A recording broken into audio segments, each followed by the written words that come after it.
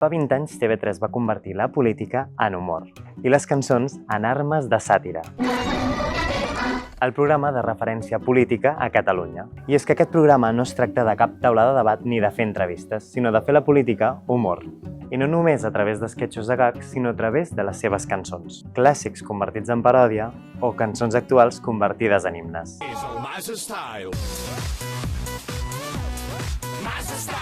I és que això va més enllà de la cançó.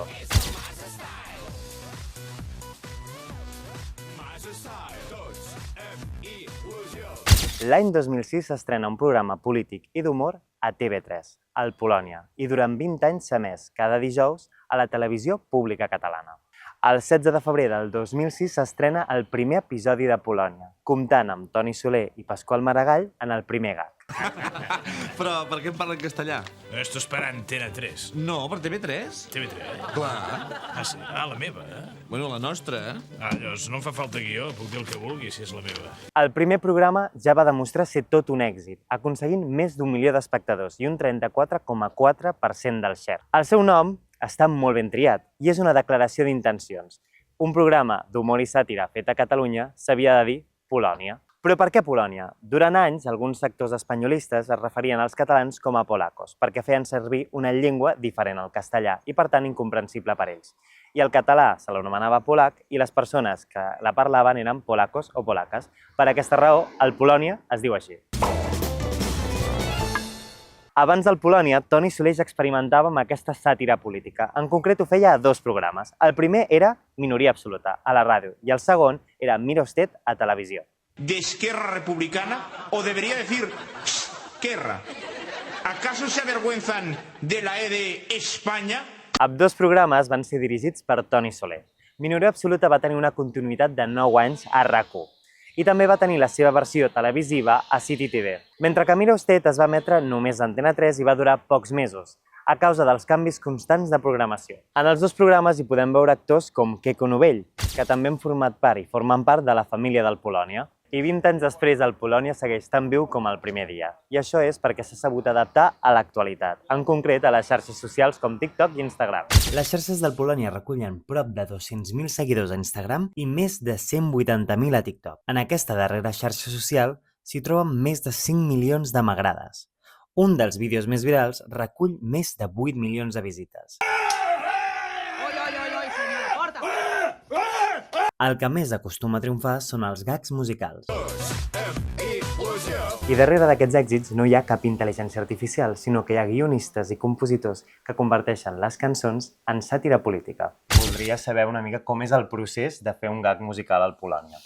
Cadascú té un procés diferent. Per exemple, jo et puc explicar que el meu és que o bé partia de la idea que aquella setmana ha sortit una cançó o un cantant és més reconegut, com va ser el cas de la Super Bowl amb Bad Bunny, pensar, d'acord, he de fer alguna cosa amb Bad Bunny, vaig a buscar una cançó seva que em pugui servir per un altre tema de la setmana. I si no, quan la inspiració no t'arriba, jo tinc una playlist de coses que m'agradaria fer. Cançons musicals, més pop, més vintage, més dels 80, o un videoclip que també diguis la cançó potser no, però aquest videoclip em va fantàstic per explicar això, i llavors el dilluns és quan nosaltres venem les idees a la resta de l'equip i decidim quina és la peça que guanya. I això, bàsicament, a part que tu portes una mica de lletra, perquè aquí els guionistes, quan tu vens una idea d'aquestes, el que has de fer és cantar-la. Ah, toca cantar-la. Sí. I es produeix aquell moment ridícul que si no hi ha una confiança sencera seria desastrós, i no ho gravem, per sort, i decidim que fem aquella cançó. A partir de llavors comencem a escriure la lletra, comencem a pensar també com seria el vídeo musical i passem als actors perquè gravin, i llavors, en dia de rodatge, com és el cas d'avui, l'actor grava el cover, a vegades, perquè no hem tingut moment per gravar el cover abans, ho fem amb una base cantada pel Ferran, que és la nostra persona de so, i un cop tenim aquestes veus, posem segones veus, s'afina una mica, res, vull dir, perquè tot està molt afinat. I llavors passem a gravar la part visual, que és un videoclip on normalment no hi ha àudio, sinó que sona el cover en uns altaveus i intentem reproduir les nostres capacitats el que seria el videoclip. Hola, Ferran, què tal, com estàs? Què tal? Molt bé. I vosaltres? Molt bé. Doncs volem saber una mica de què t'encarregues aquí al Polònia. Doncs mira, aquí el que fem és gravar les veus, bàsicament les veus dels covers que fem al programa, i les gravem al matí molt d'hora. Avui heu vingut a les 10, no sé quina hora és, però ja tenim gravat de fa estona, això. A les 7 hem començat a gravar avui, 7 del matí. I en mitja horeta gravem totes les veus, se'n van cap a dintre ells a gravar el vídeo, i després jo vaig editant, mentrestant. Bàsicament fem això, i moltes altres coses. També fem la postproducció de tots els gags, poso les musiquetes de cada gag, poso les musiquetes del programa, els riures, els efectes... Molt bé. T'encarregues de tot, pràcticament del tema so. Efectivament, sí, de tema so, que acaba passant tot per aquí. Sí. Doncs ens podries explicar una mica de què va això que veurem després? El musical d'avui va de La Porta i canta Jordi Soriano, que és l'actor que fa de La Porta, i és un clàssic, és bastant clàssic. Ja veureu que és un tema que us sonarà bastant. El dia abans els hi canto una referència de la cançó que farem per adaptar el guió a la nova versió original. Podem escoltar.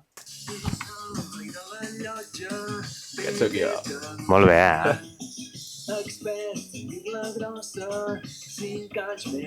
Clar, i d'aquesta manera tenen una guia, no? Efectivament, clar, perquè si no... És una cançó nova, en el fons. La lletra és nova, ningú l'ha escoltat mai. I ells escolten això mentre canten, no? O sí? Aquí, a vegades sí, per sentir la lletra com és i això, sí. El PSOE ha d'aprendre que no sempre és així. Defachizando la ciudad, feminismo y progresismo, plurinacionalidad. Hem pogut escoltar una mica el que fareu avui amb La Porta, la veritat que sona molt bé.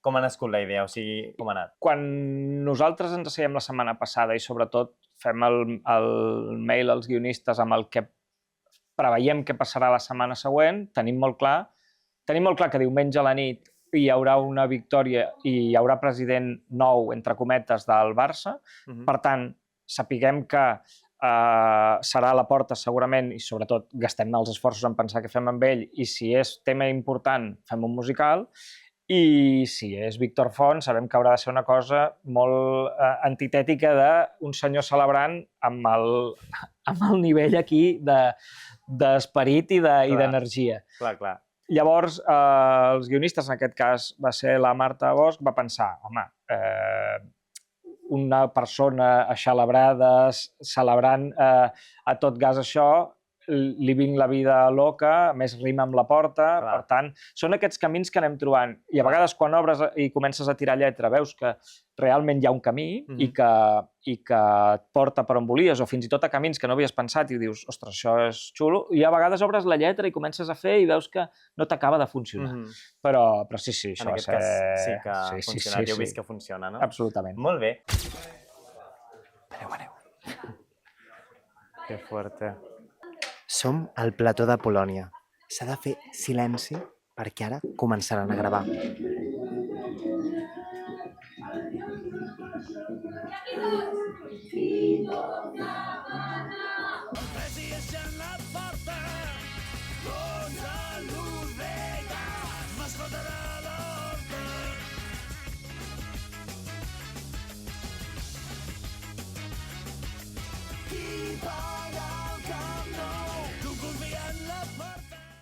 Totes les cançons del Polònia podrien ser un hit, però està bé que en destaquem algunes. Top 5 cançons del Polònia. En el número 5 s'hi troba Ai, papà. Papá, no vuelvas por acá. En el número 4 hi trobem La Xavineta. En el número 3 hi trobem Rufián, fent de Bad Bunny a la Super Bowl. Voy a tener más votos que estando en Esquerra con un frente de izquierdas y más si soy yo quien lidera. En el número 2 hi trobem Facha, d'Ayuso. Porque ha llegado mi momento. Facha, facha, y orgullosa de serlo. Facha, facha, porque esta facha que tanto temí. I en el top 1 hi trobem el Mas Style. Más style, il·lusió. És el Mas Style. Quina és la cançó que tens més bon record o moment musical? És a dir, si t'he de parlar com als 20 anys sencers, crec que el que hem de parlar és del Mas Style. Jo no hi era aquí. Clar, jo el visc com a espectador, però el Mas Style crec que senta el precedent de tota la resta de musicals. Era el primer musical com a videoclip. Normalment aquí el que es feia era gravem una situació de despatx o d'interior i mentre fan coses habituals amb una realització habitual d'esquetx, cantem una cançó, aquell senta el precedent de això és el que serà. Hem agafat el tema més important del moment i l'hem convertit en un videoclip adaptant amb els nostres personatges. I d'allò, que crec que és el musical més vist de tota la història, perquè crec que hi ha 2 comptes i està com en 2 o 3 milions, i allò senta el precedent de tota la resta. Que jo recordi amb carinyo el Bohemian Rhapsody del 2019, que és quan entra Vox al Congrés, i l'Ai Papà, que va ser la setmana després de la Rigoberta anant al Benidorm Fest, i que va funcionar superbé. I si no et diria el Fatxa de l'Ayuso, també, d'un altre Benidorm Fest. Clar, és que són aquestes peces que quan veus que la peça surt a mitjans que més no et sembla que et podria sortir al Polònia en aquells mitjans, és quan dius, ostres, la cosa s'ha fet grossa. Sí. Parlant de repercussió, també a la gala dels 20 anys es va veure que hi havia moltes personalitats polítiques o de referents de la cultura pop d'aquí que van venir a la gala i van assistir. Heu tingut sempre bona rebuda amb les persones que imiteu? Clar, jo t'he de dir que nosaltres tenim bona rebuda en el sentit en què quan ens trobem en aquests esdeveniments. Clar. Per tant, pot ser que la bona rebuda sigui només aquell dia i la resta a algú no li hagi fet gràcia alguna cosa, com és perfectament comprensible. Vull dir, imagina't que la teva vida fos la riota, entre cometes, aquella setmana durant un període de la teva carrera política, per exemple. No sé si jo ho podria suportar o si em consolaria molt el fet de dir, bueno, això va amb el sou. Allà darrere hi ha persones i és normal que en algunes situacions, tot i que no és la nostra intenció, el que volem és fer humor amb les situacions polítiques, no tant amb la persona sinó amb el polític. Però és normal que algú es pugui enfadar. Per sort, tenim un bon paraigües, que tant és TV3 com minoria absoluta. Si hi ha hagut coses desagradables en aquest sentit, a nosaltres no ens han arribat. I espero que segueixi així. M'agradaria mirar-ho més. Les vegades he de mirar en diferit, però ho miro. Sí, sempre que puc el miro. De tant en tant el veig. No sempre, però a vegades sí. De tant en tant. Sí, la veritat és que el miro habitualment. I és que aquesta gala dels 20 anys ha demostrat que el Polònia es consolida com el programa polític de Catalunya. I sembla que a moltes personalitats els agrada realment ser imitats per aquest programa. Tanta il·lusió, crec que ho fan bastant bé, oi? O sigui, puc semblar una mica tonteta i pija en Polònia, però... Laura Escanés va reaccionar a Catalunya Ràdio sobre la seva imitació al Polònia. Recordeu que aquesta nit hi ha Polònia i després... Ens veiem presentant les campanades a Maria Cristina.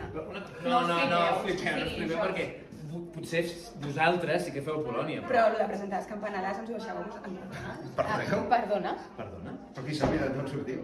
Ai, la veritat és Mira, és que no no cal aquesta situació. No cal aquesta situació, no. Vinga, va, fora, foteu el camp. Doncs això, aquesta nit, Polònia. I després a Maria Cristina, amb la Laura i el Miqui. Que tot no va ser fàcil. Cantarem la nostra vida en un paper. I és que moltes personalitats estan molt contentes de ser imitades pel Polònia. El Polònia ha imitat de tot, fins i tot esportistes. Ha arribat al punt en què es va crear un programa propi dedicat a l'esport, el Cracòvia. El dilluns 15 de setembre de 2008 es va estrenar a Catalunya el primer episodi de Cracòvia, un programa de gags esportius que durava uns 30 minuts i s'emetia els dilluns a TV3, fins l'any 2017, que es va emetre el darrer episodi el 12 de juny. Copa, Lliga i Champions. Recordo molts moments del Cracòvia que cada videoclip són meravella pura. Sí. I aquest augment de xifres a YouTube és que el futbol és molt internacional. Sí.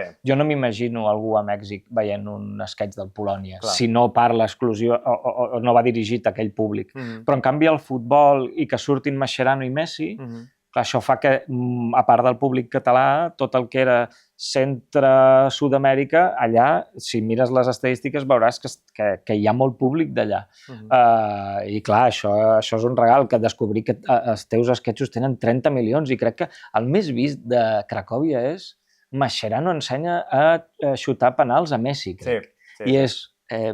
Sí, escolta'm, però és els que els hi va agradar. Jo suposo que hi ha argentins darrere d'aquestes vius, però sí, allò devia ser divertidíssim. Cracòvia va tenir tant èxit que l'any 2015 es va fer una versió a Amèrica, un producte fet aquí que s'emetia a l'altra banda de l'oceà, en concret a la cadena Fox. Van ser un total de 4 programes dedicats a la Copa Amèrica. Un programa en el qual fins i tot hi vaig participar jo de figurant. ¡Muchachos! ¡México! ¡México! ¡Qué gusto verlos aquí apoyando a los maletas de la selección de... ¡Aupa, compañeros! ¡Vamos, hòstia!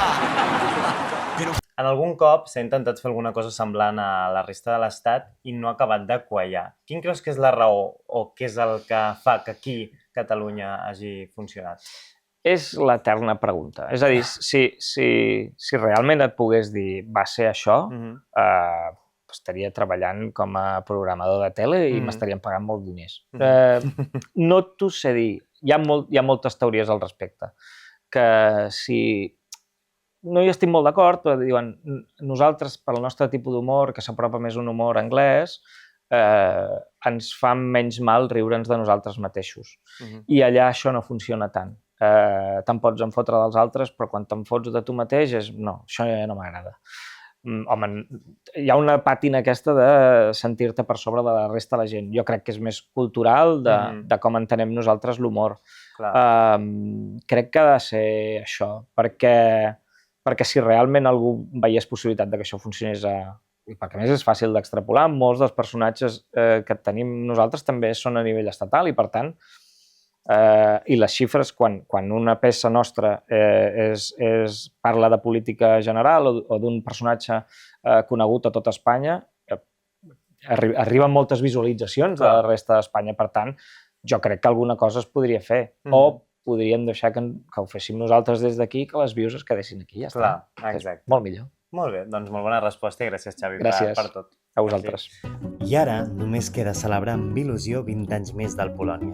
20 anys convertint la política en humor, els polítics en personatges i les cançons en una nova manera d'explicar l'actualitat. I és que quan una cançó es converteix en sàtira política, deixa de ser només música i es converteix en memòria col·lectiva. I això va més enllà de la cançó.